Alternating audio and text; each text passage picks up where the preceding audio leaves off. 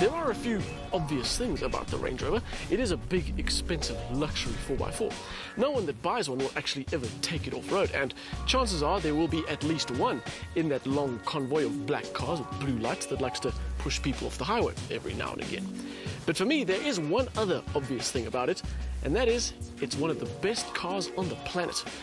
Here's why. Let's start off with its longevity. The first Range Rover rolled off the production line over 40 years ago, and since then the brand has been showered with as much praise as it has complaints, but it remains an iconic thing.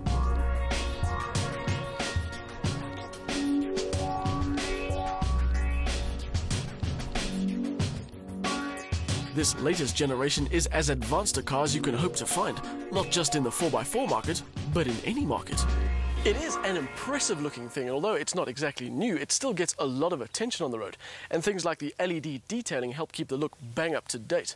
It has a sort of imposing feel about it, but at the same time manages that real British restraint. Riots aside, I mean. Up till very recently, I was more of a Range Rover Sport fan from a looks point of view.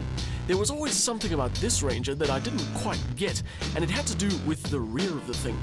But lately, I have to admit that it's grown on me, and I prefer the upper crust look of this car over its hatchback stablemate.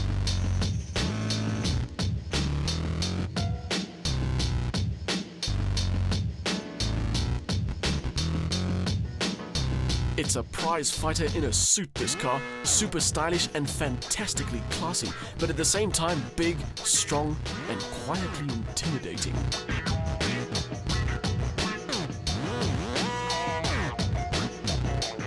Powering our test car is a 4.4-litre V8 turbo diesel with 230 kilowatts and 700 Newton meters.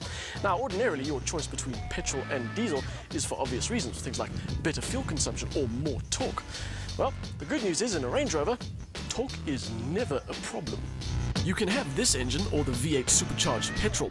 The torque difference between the two is 75 Newton meters, but because the petrol version has some serious assistance, it's not like you'll have any complaints about the power it has. Fuel consumption? Well, let's be realistic about this and face the fact that this car is going to spend very little time on the open road. In the supercharged, you'll be burning through 22.6 litres of petrol per 100 Ks, which is almost double that of the TD V8. Land Rover will tell you that the urban cycle fuel consumption figure of this car is 11.5 litres per 100, but in reality it's closer to 13. So it may be a diesel, but it still has to push around a 2.8-ton body with the aerodynamics of a brick, stacked on top of another brick. No, it's not the economy king, but it is very, very smooth.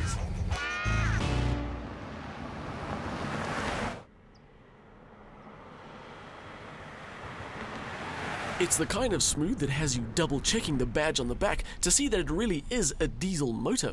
It's a little rattly on startup, but once you're going, it's quiet and flexible and strong and just brilliant. This is one of those rare exceptions that I'd make. Given the urban lifestyle this car will live, there are more reasons to opt for the diesel than the petrol.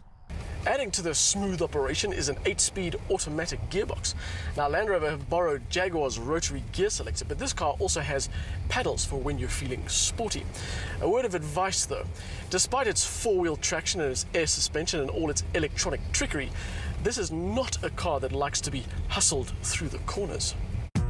It leans and the tires make a noise without much provocation, and it starts to feel really ungainly when you try push it. So the best thing to do is drive in the way you would drive any large, tall, heavy car, with a dash of sense.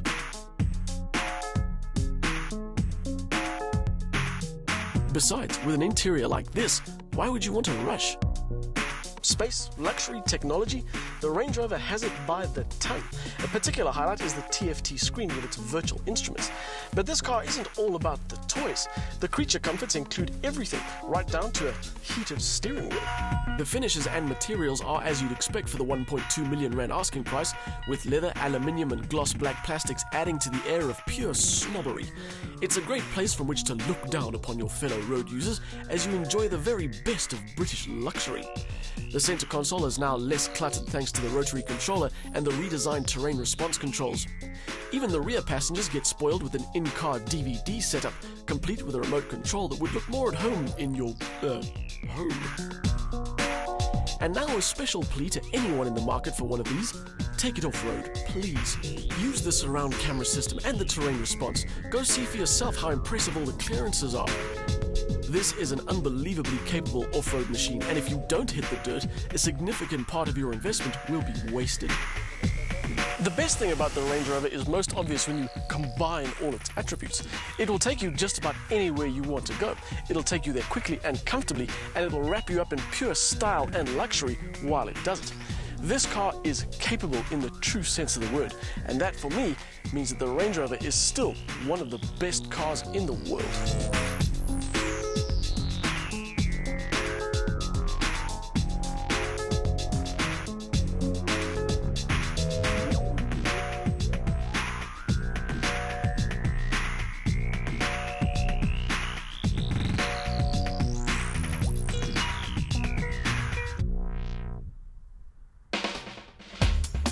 The V8 diesel is smooth and responsive, making light work of what is a rather heavy car, and given its inherent fuel saving, it's the choice to make.